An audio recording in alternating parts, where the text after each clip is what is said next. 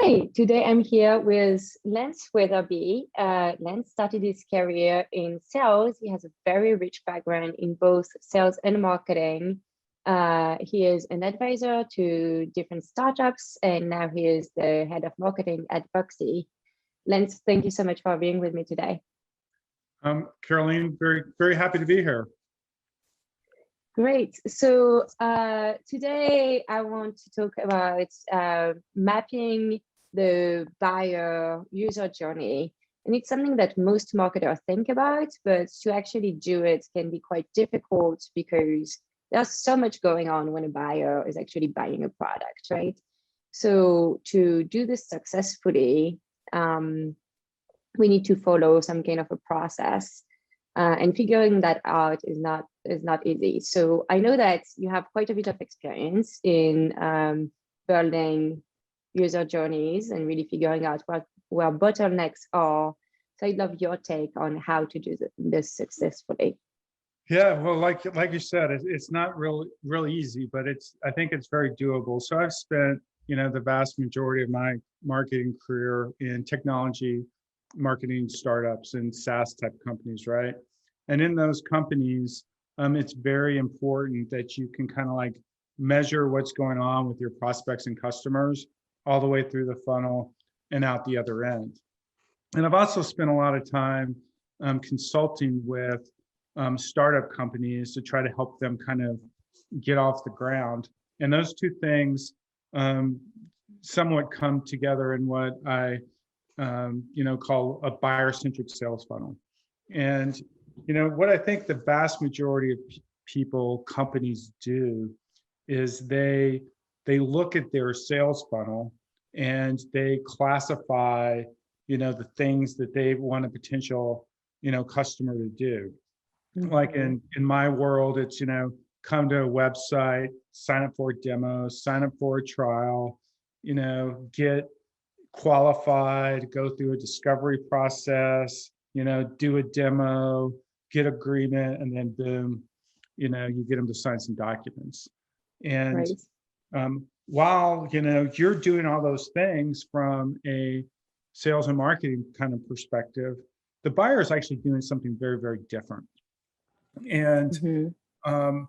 The way that you can kind of figure out where these differences might be is by taking your particular funnel. And I know a lot of people don't believe in funnels anymore, but I kind of do a little bit. But taking where that buyer is and seeing where they're getting stuck. And because usually there's a squeeze point in the funnel where all of a sudden people get to a certain stage and then they stop going any further. Mm-hmm. And usually when that's the case, they're doing something to try to get to the next stage in their mm-hmm. buying process, which is, it's much different than the selling process. Like, in the buying process, I'm going to do research. I'm going to go look at review sites. I'm going to, talk to acquaintances that are in the same situation to see if they might be able to mm-hmm. recommend some people. And they're doing, their initial calls and what have you. And, at a point, there's a little divergence that takes place that they're doing something that's not in your funnel and you don't know what it is. But you right. can identify it by just kind of seeing where the blockage is in the funnel and where things aren't happening. And when that's taking place, usually they're trying to do something and they need your help. And right. if you can help them, they'll move forward. So how do you find out like what's blocking them, what they're doing? Like, let's say like you had a demo with someone and it went well, and you get like 20% of your demos that don't move forward because people just get stuck there. Right. So, what often happens after the demo is you maybe have a product that doesn't meet their needs perfectly, or they're probably looking at demos of other people as well, right? Mm-hmm. And so they're trying to do an evaluation. And, if you were to provide the prospective customer with evaluation criteria, for example, for, text message marketing, what we do is like, these are the things you should evaluate. Then you kind of help them get through that stage, as well as position yourself, to come out well on the other side of it. So Mm-hmm.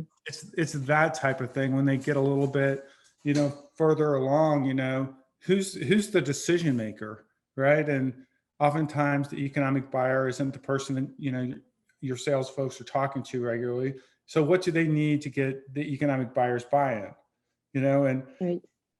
what I have found is that if you map out whatever it is, kind of like your funnel is, Mm-hmm. and you start thinking about what they're doing, and you do this is not a process that takes place in a week, a day, or a month. It's Mm-hmm. a process that it takes a while to actually figure it out. And I'll give you an example. So I worked at this company called CallRail, and they do they're a marketing technology company. They do something called call tracking, call analytics. And I would actually answer the phones because I was trying to get close to the prospects and understand what they were doing. Mm-hmm. And after a little while of doing that, it just kind of dawned on me that what was taking place were these people, the CallRail had a free trial, and these people were getting to this page in the trial process that they didn't know what to do. And so they would Mm-hmm. call us up, and they didn't want to say they didn't want to know what to do, because, that would, that make them feel kind of, not very smart. And Mm-hmm. that's what they were doing. And they were like, oh, you're on this page. Let me tell you what to do next. And Right. once I figured that out, essentially what we did was we changed the entire sales process. So, what the salespeople did is they called up the prospective customers and they asked them if they could help get it set up. Mm-hmm. And we did this thing called the setup call, and we literally got them up and running on the site, on the software. And then we had the check-in call, which occurred a week later. We had a very fast sales process. And during the check-in call, they made sure that everything was working well. And if it was, if it wasn't, they'd fix it. And if it was, they'd ask for their credit card. And so we completely changed that part of the funnel, because that's where our pinch point was. Mm-hmm. We changed our sales process in order to really open up the flow of leads to paying customers.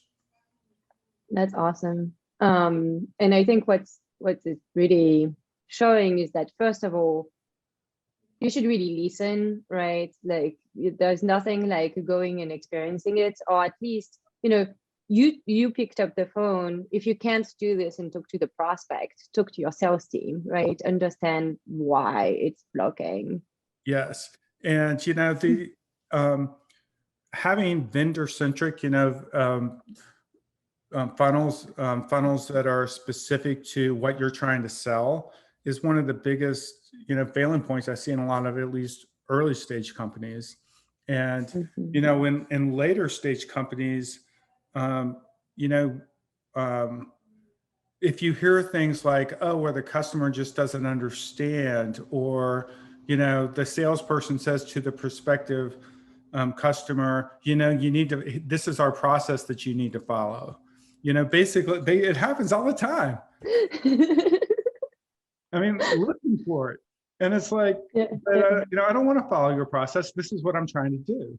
And I think Mm-hmm. that companies need to just have their ears open and their eyes open when that happens, that it's like, oh, we've built this funnel around what we want to do, not what the customer is trying to do.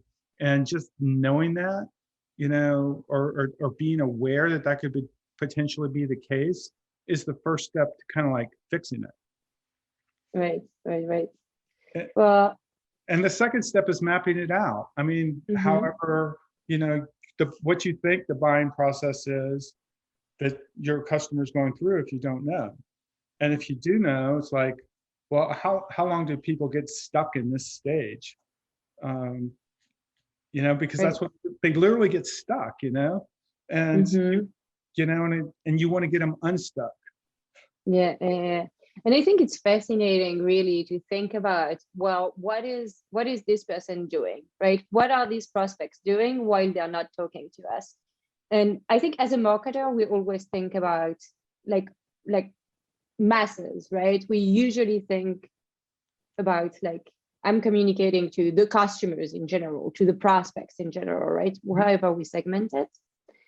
But then I think to really understand what prospects are doing, like looking at each prospect and just taking the pipeline and understanding like these people are stuck, why are they stuck, and trying to look at them individually to really understand why they are stuck, and then go back to like, on average, right, people get stuck here, but looking at the individual cases, I think is really helpful.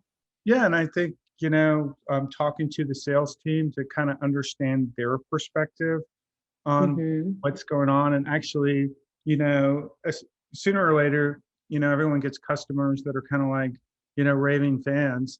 And to go back and talk to those people and ask them, tell me about your buying process on this. How do you, I'm in software. How do you buy software? How do you buy, 7-Up, just whatever. And they'll tell you. And it will just open up, oh, that's really interesting. Right. I didn't know you didn't know what to do. Yeah. Whenever in doubt, I think asking is the best tool ever. Just ask your prospect, ask your customers. They will typically tell you, I think customer advisory boards are kind of good for that type of thing. As well. But you just want to understand how, and I'm a business to business software guy, but you just want to understand how your ideal customer profile, how your, personas, do things, because it's different, depending on the role that the person has in the purchasing process. Right. Exactly. Well, thank you, Lance. I think it was really helpful. And thank you for participating. It's been fun being here, and I can't wait to hear it and hear other ones that you've done as well.